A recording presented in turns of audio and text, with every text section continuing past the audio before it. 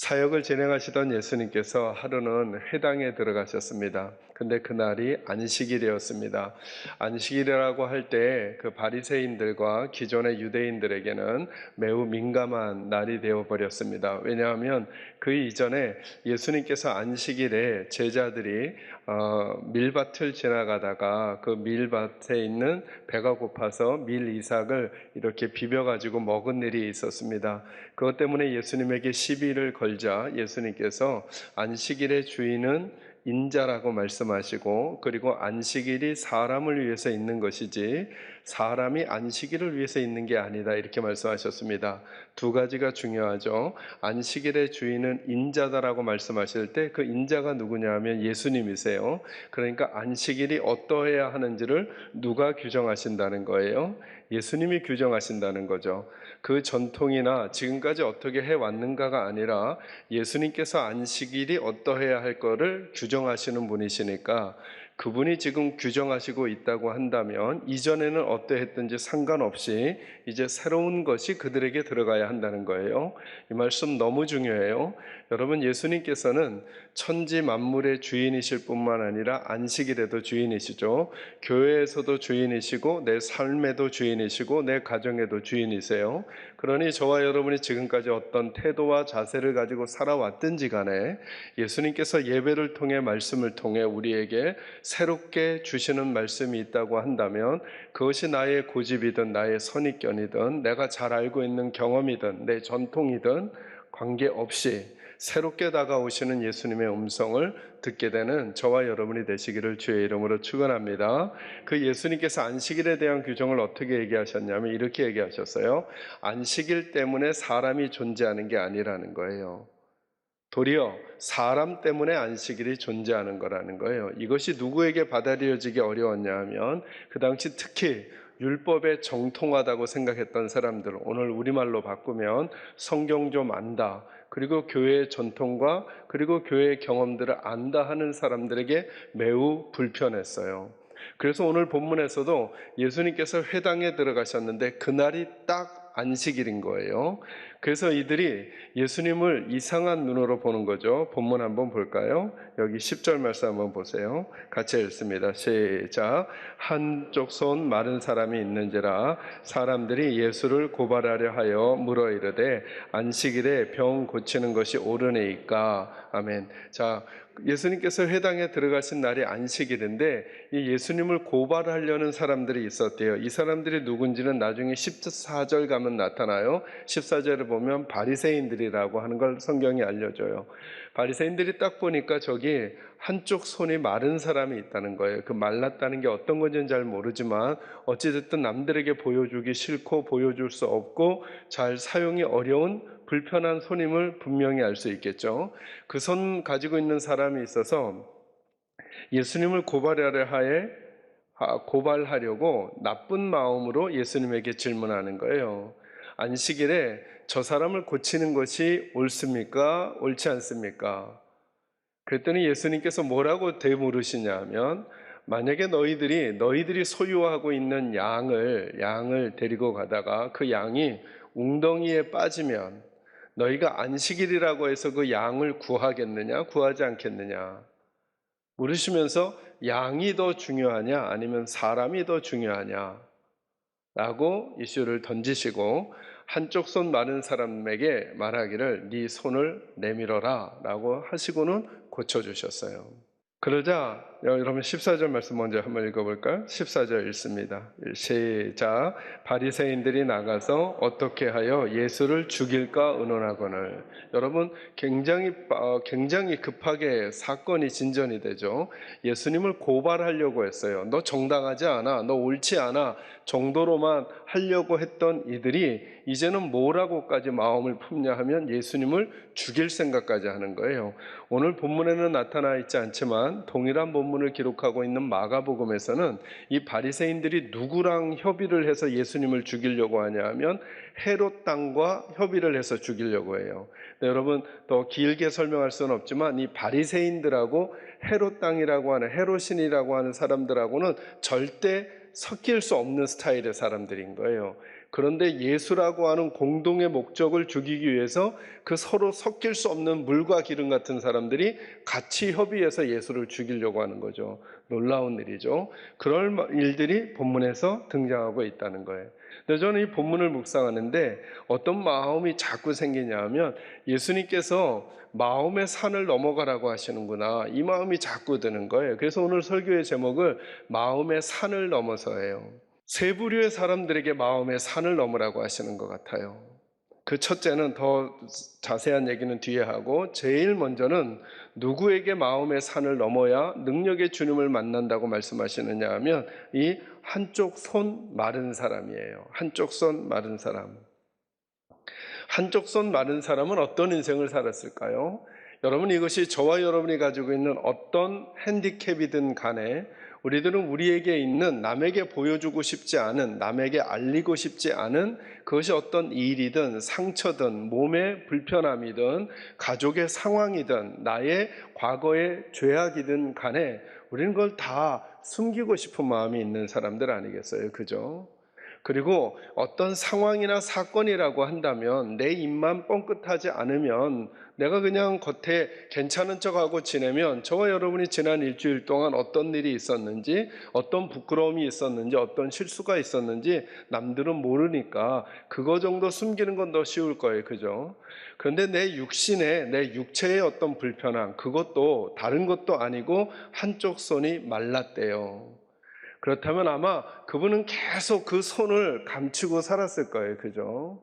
그리고 남에게 안 보이고 싶었을 거예요. 주머니에 넣어 놓으시든지 아니면 옷자락 속에다 숨겨서라도 안 들키면서, 그리고 이 부끄러움이 나타나지 않기를 원하지 않았겠냐는 거예요. 근데 왜 예수님이 이렇게 말씀하시냐는 거죠. 이 말씀 읽을게요. 13절 말씀 같이 읽습니다. 시작.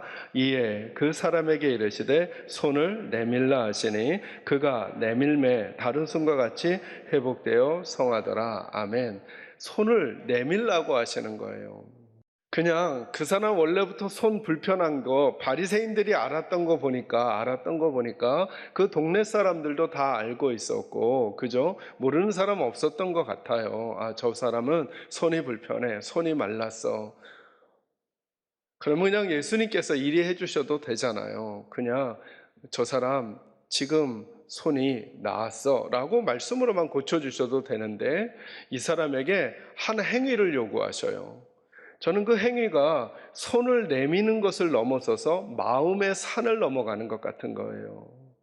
나 이거 알리고 싶지 않아, 이거 나 들키고 싶지 않아, 나 이거 숨기고 싶어 라고 하는, 저와 여러분에도 각자 문제가 있을 때 이분에게는 그게 육신의 문제니까 더 하지 않았겠냐고요. 그런데 예수님은 그 분에게 손을 내밀라고 하는 거예요. 예수님이 보도록, 다른 사람이 보도록, 그리고 내가 이렇게 약하고 힘든 사람입니다 라고 하는 것을 인정이라도 하듯이 그걸 내밀라고 하는 거예요. 저는 이게 마음의 산처럼 느껴져요. 마음의 산처럼. 그런데 오늘 본문에 보니까 이 사람은 그 손을 내밀었다는 거예요. 그래, 다른 사람들이 어떻게 느끼고 다른 사람들이 어떻게 보는 것보다 정말 내가 더 중요한 게 무엇인가, 능력의 주님을 만나 내 몸 나아지고 내 상황 나아지고 우리 가정 나아지는 게 더 중요하지 않겠는가 라고 하는 마음으로 오늘 이 한쪽 손 마른 이분은 다른 사람들 앞에서 좀 창피하지만, 다른 사람들 앞에서 좀 부끄럽지만, 다른 사람들 앞에 숨기고 싶었던 나의 이야기이긴 하지만 주님께서 그렇게 말씀하신다면 내가 주님께는 숨김없이 내 이야기들을 내어드려야 되겠다라고 하는 태도가 여기 있다는 거예요. 그리고 제게는 이렇게 읽혀지는 거예요. 능력의 주님을 만나는 그 일에 저와 여러분이 넘어서야 될 마음의 산이 있어요. 마음의 산이. 어떨 땐 심지어 주님 앞에서도 우리가 스스로 포장하고, 주님 앞에서도 우리가 우리 스스로에게 가면을 씌우고 변장을 하면서 나가고 있는 것은 아닌가라고 하는 것이죠. 여러분은 정말 여러분의 있는 모습 그대로를 가지고 주님께 나가십니까? 넘어야 될 마음의 산이 있다면 그 마음의 산을 넘어가는 기회가 오늘 본문의 말씀을 들으면서 생겨나기를 주의 이름으로 축원합니다. 두 번째는 누구에게 마음의 산을 넘으라고 하시느냐 하면, 사실 오늘 본문에서는 바리새인들과 예수님 사이에 아주 굉장한 긴장 관계가 있어요. 그죠? 예수님은 뻔히 그들의 마음을 아실 거예요. 뻔히 그들의 마음을 아셔요. 그들이 예수님을 고발하려고 한다는 걸 아셔요. 그러면 예수님께서 굳이 이렇게까지 안 하시고 조금 더 부드럽게 가셔도 될 텐데 예수님은 그걸 직면하시는 거예요. 근데 제게는 어떻게 자꾸 이게 들려지냐 하면 이렇게 들려지는 거예요. 지금 예수님께서 이 바리새인들에게 또 어쩌면 기회를 주고 계시는 게 아니냐는 거예요. 예수님이 누군지를 자꾸 알려주시면서 그들에게 변할 수 있는 기회를 주고 계심에도 불구하고 마음의 산을 넘어가지 못하는 또 한 부류의 사람이 오늘 본문에 등장하는 거예요. 그들이 바로 바리새인들인 거예요. 그들은 어떤 마음의 산을 넘어가지 못하는가? 예수님을 만나기 전에 자기들이 가지고 있었던 전통이라는 마음의 산을 넘어가지 못해요.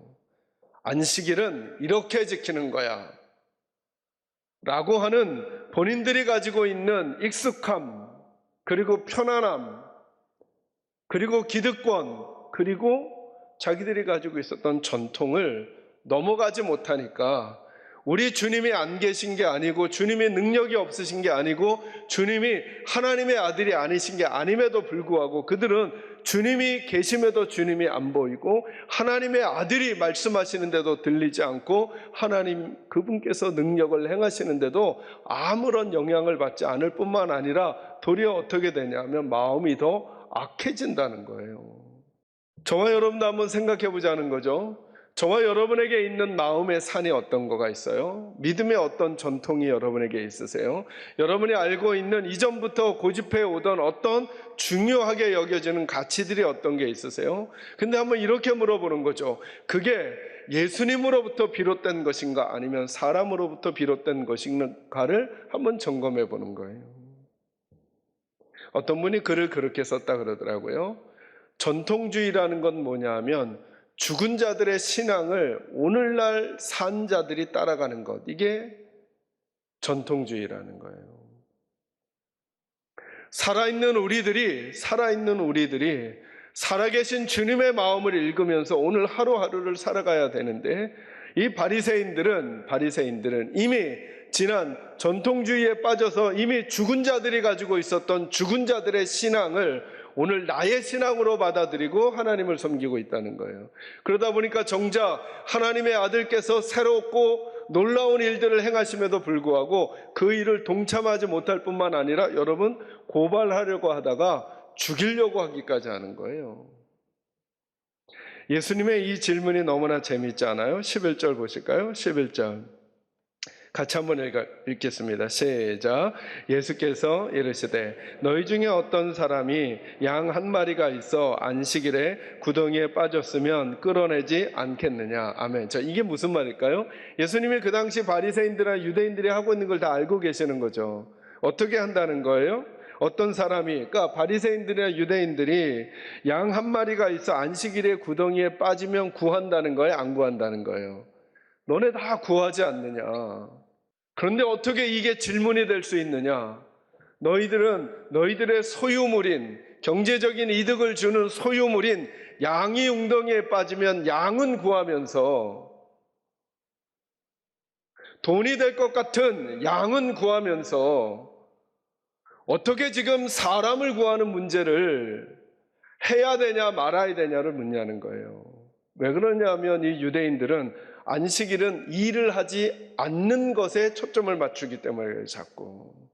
그래서 저게 해야 할 일이냐 안 해야 할 일이냐 중에 일이면 그건 오늘 해야 해도 하지 말아야 된다는 것을 자꾸 방점을 찍는 거예요. 안 해야 한다, 안 해야 된다, 일을 하지 말아야 된다. 그러나 여러분 안식일의 주인이신 예수님은 이렇게, 제가 언젠가 순종도 설명해 드렸죠. 순종은 뭐예요? 무언가를 하는 것, 불순종은 무언가를 하지 않는 것, 이렇게 설명하면 안 된다니까요. 순종은 무언가를 하는 것이며 무언가를 하지 말아야 하는 게 순종이에요. 불순종은요, 무언가를 하고 있는 것이며 무언가를 하고 있지 않는 거예요. 안식일도 무언가를 안 하는 게 망점에 찍히는 게 아니에요. 해야 할 것을 해야 하고 하지 말아야 될 것을 하지 말아야 하는 날, 이게 안식일이거든요. 불순종은요? 불순종은 뭘까요? 하나님이 하지 말라는 걸 하고 하나님이 하라는 걸 안 하는 것, 이게 불순종이잖아요. 이해되시죠, 여러분? 순종은 뭘까요?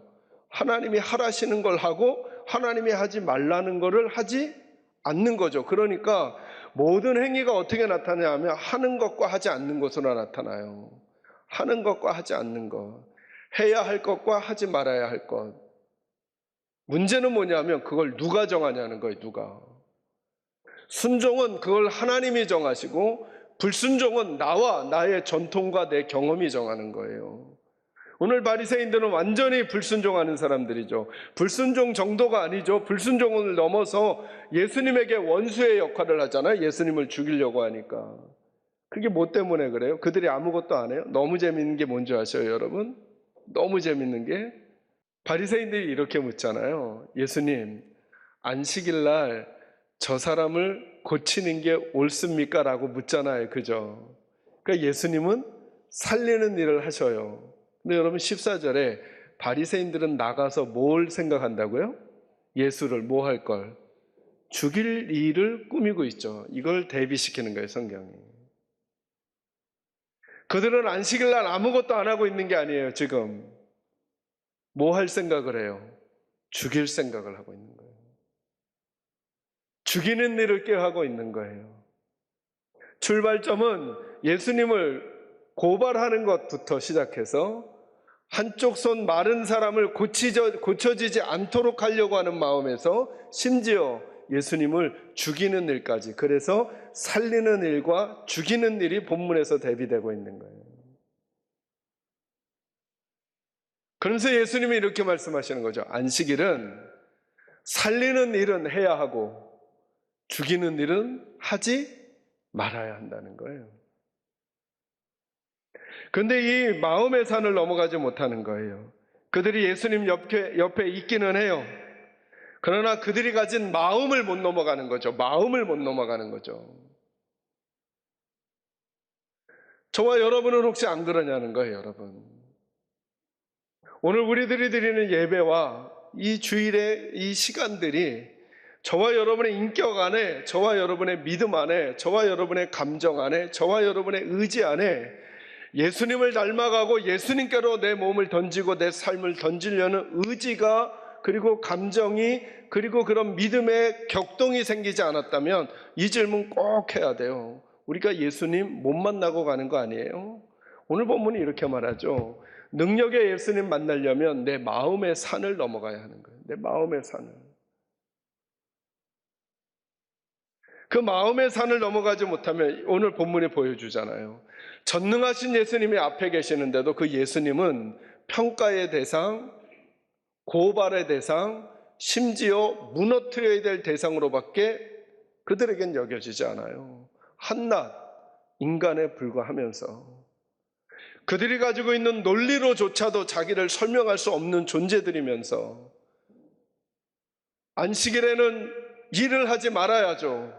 죽이는 일을 하지 말아야죠. 그런데 그들은 자기들이 하는 말이 무슨 말인지 몰라요. 자기들이 하는 행동이 무슨 행동인지 몰라요. 지금 자기들이 죽이는 일을 하고 있고 자기들이 지금 죽이는 말을 하고 있다는 것을 바리새인들은 모르잖아요. 왜 그럴까요? 그들의 마음속에 너무나 견고하게 쌓여져 있는 마음의 산, 고집의 산, 경험의 산, 전통의 산이 새롭게 다가오시는 하나님의 새 일을 만나고 있지 못하다는 거예요. 이건 저와 여러분 모두에게 적용될 수 있는 거예요. 우리는 이전에 어떤 일들을 경험했나요? 우리 교회는 어떤 전통을 가지고 있나요? 우리 한국교회는 어떤 경험을 가지고 있나요? 그 경험을 넘어서고 그 경험을 규정하시고 경험을 새롭게 하시는 주님보다 내가 알고 있는, 내가 경험한, 내가 붙들고 있는 전통이 더 중요하다면 혹시 우리들도 지금 마음의 산을 넘어가지 못해 나의 오늘 주일 예배는, 나의 지난주 주일 예배는, 나의 지난달 주일 예배는 주님을 만난 감격과 기쁨도 없이 도리어 불편함과 그리고 날카로움과 메마름으로 반복된 시간은 아니었나 점검할 필요가 오늘 먼저 된 우리 성도들에게 있어야, 그 생각이 있어야 한다는 것입니다. 문제는 누가 기뻐하는 것을 하고 누가 기뻐하지 않는 것을 안 하는가의 문제인 것입니다. 마음의 산을 넘지 못하는 사람은 주님을 만나기는 커녕 점점점 믿음이라고 하는, 하나님을 섬기는 것이라고 하는 테두리 안에 있으면서도 악해지고 딱딱해지는 자기 스스로를 보게 될 것입니다. 이 부분을 오늘 본문이 저희들에게 얘기해 주시는 거예요. 그리고 이제 세 번째, 마음의 산을 넘어가야 할 사람들을 본문이 보여주고 싶어 하는 거죠. 그게 저와 여러분인 거예요. 저와 여러분인 거예요. 우리들은 이 한쪽 손 마른 사람처럼 주님께 나 자신을 있는 그대로 잘 노출해 드리고 있는가? 내가 가진 지위와 내가 가진 지식과 내가 가진 연륜 때문에 이제는 어느 정도는 나를 잘 포장할 수 있는 사람이 되어버린 우리들이 정말 정직하게 하나님 앞에 나를 잘 노출하는가? 요한복음 4장을 설명하면서 이런 설명 드린 적 있잖아요. 요한복음 4장에 예수님께서 사마리아 수가성에서 그 여인을, 우물가의 여인을 만날 때 예수님이 굳이 하지 않으셔도 될 듯한 말이 있어요. 그리고 일반적으로 저희들이라면 그런 거 잘 언급하지 않아요. 그냥 대화를 나누시다가 뭐라 그러시냐면 내 남편을 데려오라는 거예요. 이 여인이 자기에게 숨기고 싶은 과거가 있는 거죠. 그리고 그것은 현재이기도 하고요. 제게는 남편이 없습니다. 그러면 예수님, 아 그래요? 그럼 다른 얘기 좀 할까요? 하고 넘어가 주셔야 되는데, 맞아, 너에게 있었던 5 남자도 내 남편이 아니고 지금 남자도 네 남편이 아니지 라고 하며, 그 여인이 다른 사람들의 눈을 피해 뜨거운 정오에 물을 뜨러 그 사막과도 같은 고대 근동의 날씨를 뚫고 물을 몰래 뜨러와야 했었던 그녀의 인생에 가장 감추고 싶은 이야기를 다 노출해 버리셔요. 그리고 그 노출을 통해 주님이 그 여인을 만나 주시죠. 저는 저와 여러분도, 우리가 다른 이들은 숨길 수 있어요. 다른 이들에게는 안 그런 척 할 수 있어요. 그러나 저와 여러분의 기억이, 이성이 인지하는 시간대부터 지금까지 혹시 내가 하나님께조차도 노출하지 않았던, 하나님께조차도 언급해드리지 않았던 나의 부끄러움과 죄와 나의 허물과 상처와 억울함과 아픔이 있다면, 저는 이번 한 주간 여러분이 어떤 시간을 만드시든지, 예배당에 조용한 시간에 오셔서 기도하든지 어떤 방식을 통해서든지 그걸 노출하는 시간을 꼭 가지셔야 합니다. 그 마음의 산을 넘으라고 이 본문은 우리에게 보여주시는지 몰라요.